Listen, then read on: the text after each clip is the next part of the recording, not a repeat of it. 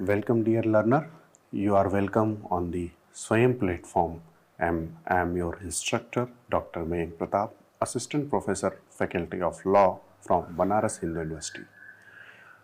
I am happy to introduce this course, and now we are on third module, and this is the third week. We are going to take the course what we are dealing with, that is understanding competition law theory and practices. Now in this third module, we will deal with the anti-competitive agreement, and the objective of this particular week, that is third module, is to discuss the meaning of the term the anti-competitive agreement, to understand the meaning and definition of appreciable adverse impact on competition, and to identify the basic ingredient or essential element of anti-competitive agreement. And here in this week we will deal with the meaning and concept of vertical agreement as well as horizontal agreement, and again we will deal with the nature of anti-competitive agreement. So with these objective of this particular third module or third week, today we'll start with the first lecture of this particular module, where we will start with the meaning of anti-competitive agreement. So as far as today's session is concerned, we will discuss the meaning of the term anti-competitive agreement, and this session will be focused to identify the element of anti-competitive agreements and the nature of anti-competitive agreement. So before going into the detail, if you remember or take a look of the previous lecture, that means in last module or last week, what we have discussed, the MRTP Act enactment, MRTP Act criticism, the limitation of MRTP Act, and what was the reason behind the justification behind the enactment of Competition Act 2002, what was the basic reason of the repealment of MRTP Act, and why current modern law Competition Act 2002 came as legislation or new legislation. Particularly if you remember the last session where we have discussed the key concept or salient feature of modern antitrust law of the Competition Act 2002, and if you remember, we have already discussed the Competition Act 2002 came with the published in Gazette in India by January 14, 2003. And if you remember, there are four key aspects of this current modern law, and the current feature or the unique feature of this act is prohibition of anti-competitive agreement. Particularly section 3 deals with this act about the prohibition of anti-competitive agreement, which includes even any type of price fixation, cartel, bid rigging or anything. This act deals with the prohibition of abuse of dominant position under section 4. The section 4 prohibit the abuse of dominant position, which also include the predatory prices, exclusive dealing and refusal to deal. And section 5 and section 6 is about the merger combination, that means any type of combination, whether it is merger, amalgamation or acquisition. This act is to regulate such combination, and competition advocacy is one of the major aspect of this current act, which is stated under section 49 and which encourages CCI to promote the competition culture in India. So with these objective, the Competition Act came, and we have already discussed its silent feature in last session. So today we will start with the first aspect of this act, that is prohibition of anti-competitive agreement, which is under section 3 of this act. So with the start, this is the important keynote, that is anti-competitive agreement. What is the meaning of anti-competitive agreement, and what are the elements or what agreements comes within the meaning of anti-competitive agreement?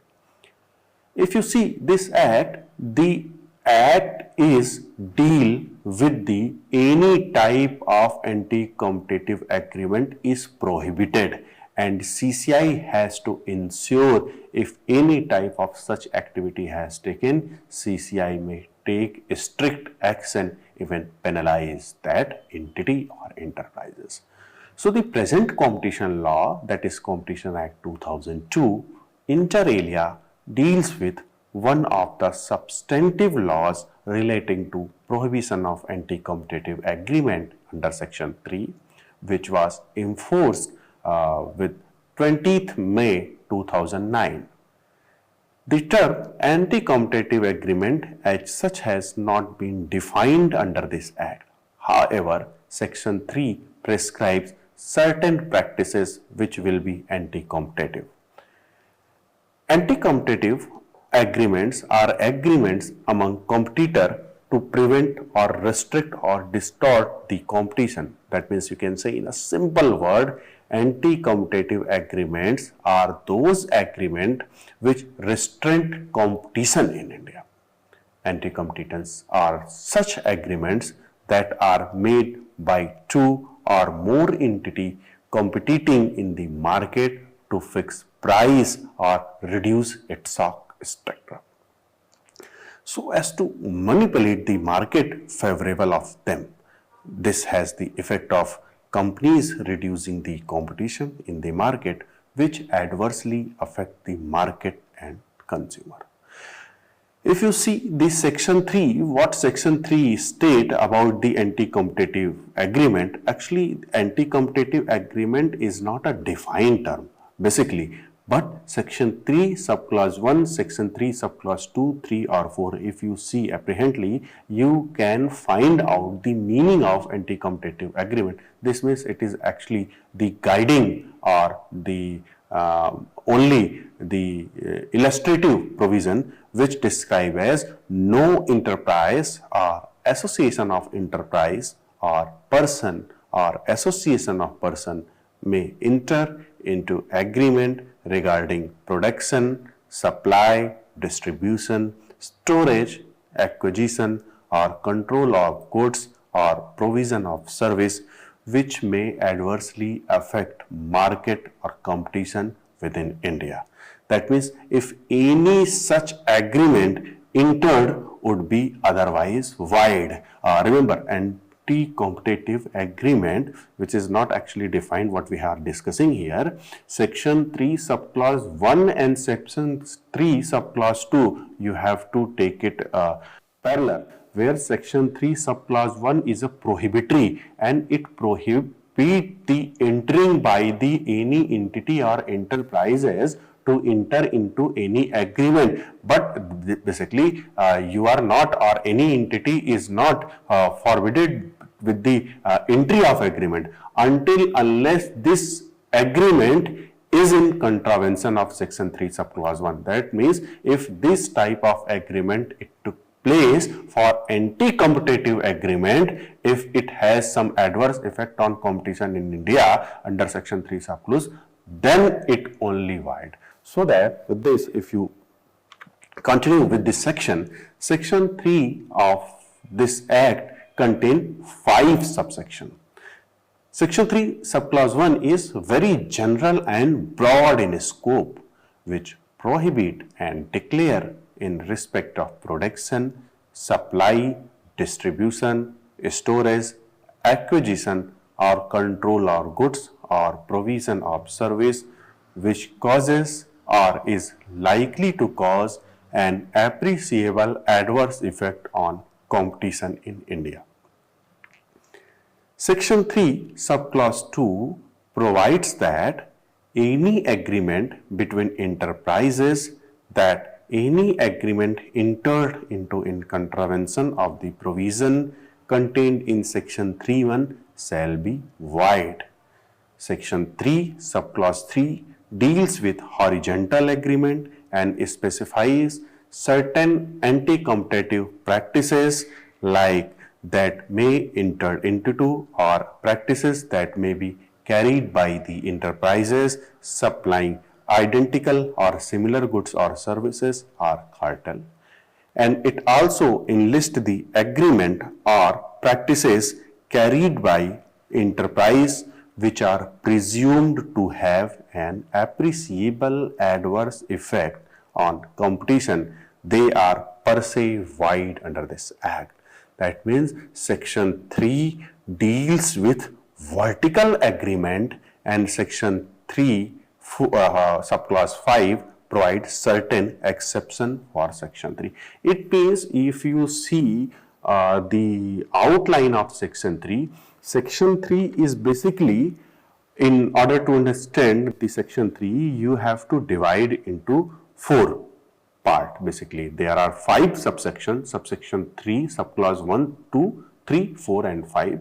But section 3, you have to read section 3 subclause 1 with subsection 2. So, in order to understanding, the better understanding, you can divide into 4 parts. The first part is which is about the general prohibition of anti-competitive agreement. So, for this you have to see section 3 subclause 1 with section 3 subclause 2. The second aspect is section 3 subclause 3, which is about the agreement where the agreement take place at horizontal level. So, this is categorized as horizontal agreement, and section 3 subclause 4, which is in order to prohibit anti-competitive agreement which take place as a vertical order, so that it is categorized as a vertical agreement under section 3 subclause 4, and section 3 subclause 5 is about the exception and proviso under this act. So, section 3 subclause 1 and section 3 subclause 2 is about the general prohibition of agreement. Section 3 subclause 1 prohibit any entry into the agreement by any entity or enterprises or person or association of person for anti-competitive practices or anti-competitive agreement. That means if you see section 3 subclause 2, which is about the consequences of the agreement if any entity, 2 or more entity comes into the agreement of anti-competitive agreement, the consequences is dealt with section 3 subclause 2, which state that it shall be wide. But the important thing is it will be wide only it has some appreciable adverse impact on competition in India or market in India. That means only entering into any agreement by 2 or more than 2 enterprises or association of enterprise or person or association of person regarding any supply, storage or anything is not in contravention of section 3 subclause 1 unless it has some adverse impact on market in competition within India. So, with this, in order to formulate this particular section, section 3, what we are dealing here with 4 aspects. The first, which is originally the general prohibition of agreement contained in section 3 subclause 1 and subclause 2. So, with this, now start with the general prohibition of agreement, because what we are dealing with, the Competition Act covered 4 major aspects of competition law under section 3, and that is section 3, 1 and 2, the prohibition of agreement. If you see section 3 subclause 1, it basically prohibits in what is stated under section 3 subclause 1 basically prohibits any enterprise or association of enterprise or person or association of person to enter into any agreement in respect of production, supply, distribution, storage, acquisition or control or goods or provision of service which causes or is likely to cause an appreciable adverse impact on competition within India. So, in section 3 subclause 1, there are certain important fact or certain important terms which we have to deal with. The enterprise, that means it prohibits any enterprise or association of enterprise or person or association of person. That means it is basically deal with the enterprise or person. It actually prohibit the persons or association of person or enterprise or association of enterprise. And here the enterprise and person, both term have been defined under this act under section 2. You have to go with section 2 definition clause to getting the detail of enterprise or word person. Again, if you continue with this, it actually prohibit the entry into any agreement, an agreement that may be respect of anything like the production, supply, goods, services. And the third one is appreciable adverse impact. So with this bare reading of section 3, it is very much clear that this section does not define anti-competitive agreement, but it has only provided that any agreement which cause the adverse impact on any adverse impact or likely to be adverse impact of competition in market in India, that is prohibited, and which have the appreciable adverse effect. So if such type of effect is seen, that would be void under section 3 subclause 2. Thus section 3 subclause 1 imposes a duty on enterprise or person or association of enterprise or association of person to examine the agreement from its effect on competition in market. Means if you go with the bare reading of section 3 subclause 1, you will find there is a prohibition. Prohibition for whom? Prohibition for any enterprise or association of enterprise, or prohibition for person or association of person. Prohibition for what? Prohibition for agreement. For every agreement? No. Any agreement which have some adverse impact on competition or likely to be adverse effect on competition within India. That is only prohibited. Why this is prohibited? Because this act is for the purpose to prohibit this act. But still, if any enterprise or person participate in such type of the activities, anti-practice act or this type of practices, it will be void under section 3 subclause 2. So what I have already told you, the prohibition for whom, the prohibition for enterprise and prohibition for person. Here the term prohibition for enterprise or whether it is person, both term have been defined.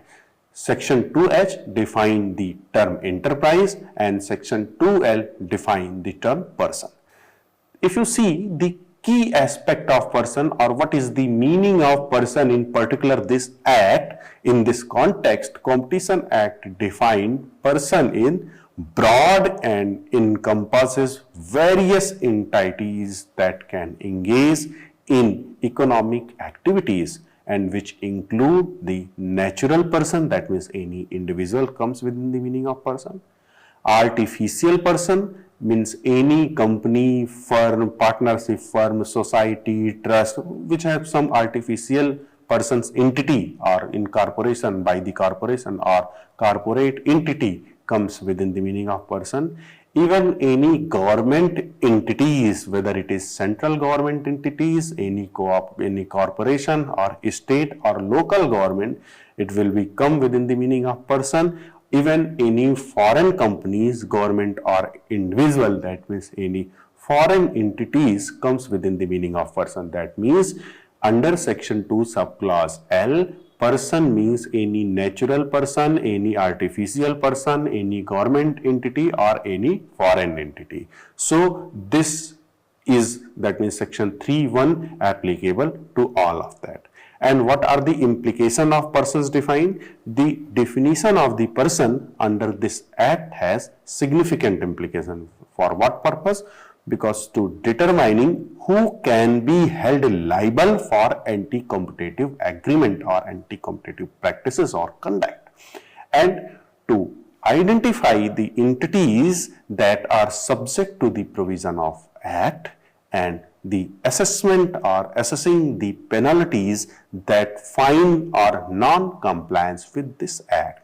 If you go with some pronouncement by the CCI, the Messrs. Hindustan Unilever Limited versus CCI, the CCI held that companies, distributor and retailers constitute the person under this Act. That means not only the company, if there is any distributor of the company or retailer of the company comes with this such agreement, which is the anti-competitive conduct or type of the anti-competitive practices, that retailer or distributor comes within the meaning of person under this Act.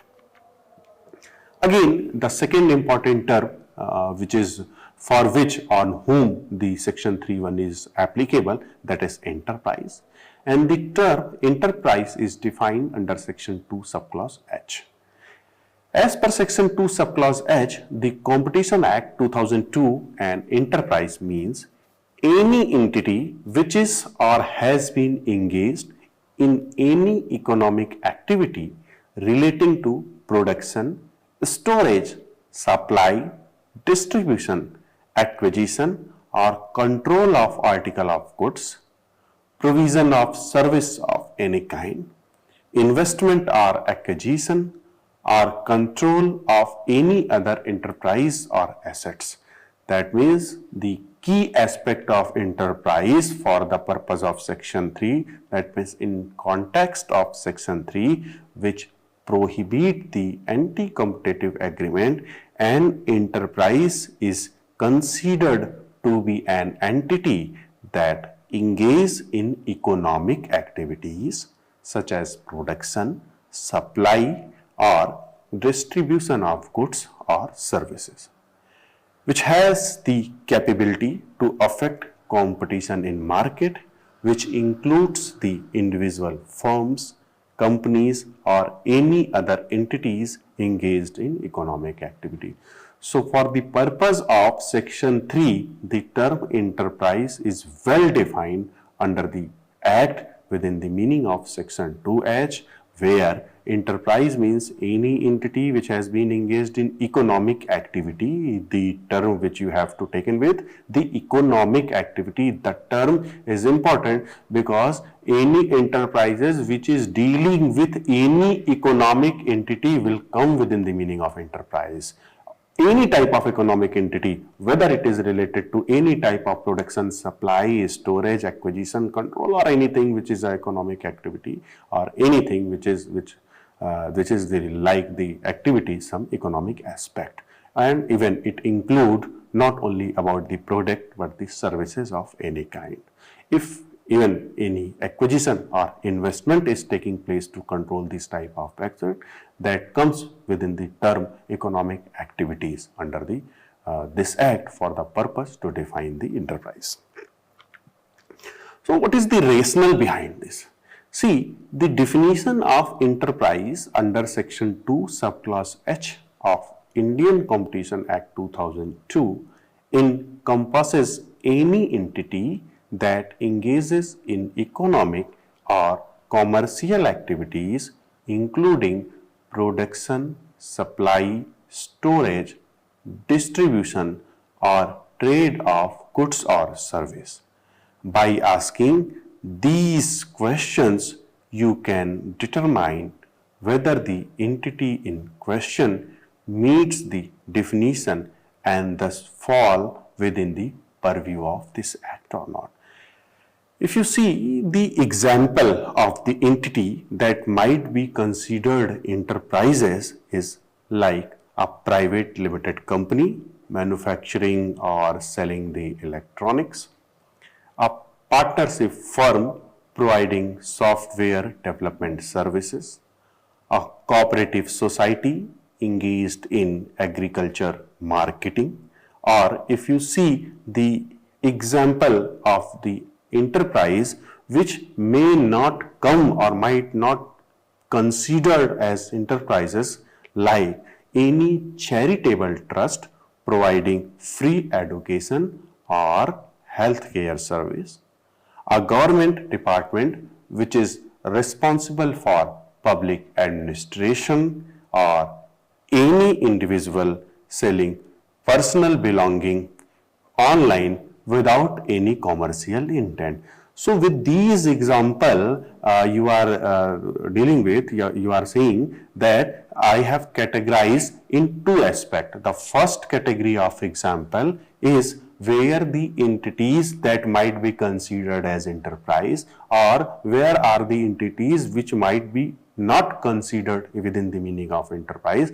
The basic difference by its nature is the first category is dealing with economic activity, and the second category is where it is dealing with aspect which not include the economic activity. Like if any individual selling belonging online without any commercial intent, if there is no commercial activity, that may not come within the meaning of enterprise.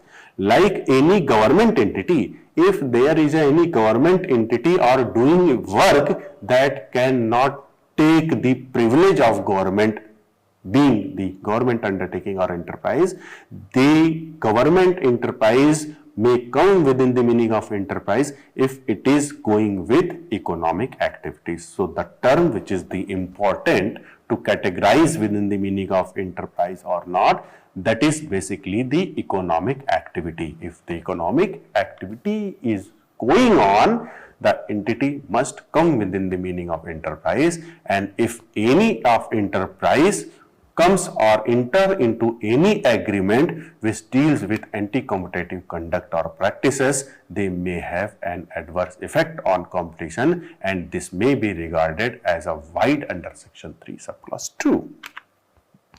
There are some cases as an illustration. I have brought these, like Messrs SRIL Limited versus CCI, where the CCI held that companies declare and distributors constitute an enterprise under the Act, where CCI observed that dealers and distributors were economically dependent on the company and were subject to its control. Again, there is an illustration which is basically the observation in the Messrs Google India Private Limited versus CCI, where CCI held that a company's online advertising business constituted an enterprise under the Act. The CCI observed that the company's online advertisement business was a distinct economic activity that was subject to the provision of this Act. And Messrs Grazing Industry Limited versus CCI, the CCI held that a company's cement business constitute an enterprise under the Act, and the CCI observed that the company's cement business was a distinct economic activity that was subject to the provision of Act. So with these illustration, you may see or you may conclude that enterprise only means, not only means, but to find out the actual character, you have to focus on the economic activities. If any subsidiary part or body or the subsidiary thing which is related or interconnected with the enterprise may come within the meaning of enterprise. So with this, we will deal with the essential of anti-competitive agreement in next lecture, and for today this was the aspect what we have taken today, the anti-competitive agreement, its meaning and concept. So with this, in next lecture we will discuss the essential feature of anti-competitive agreement. So doing this, thank you very much.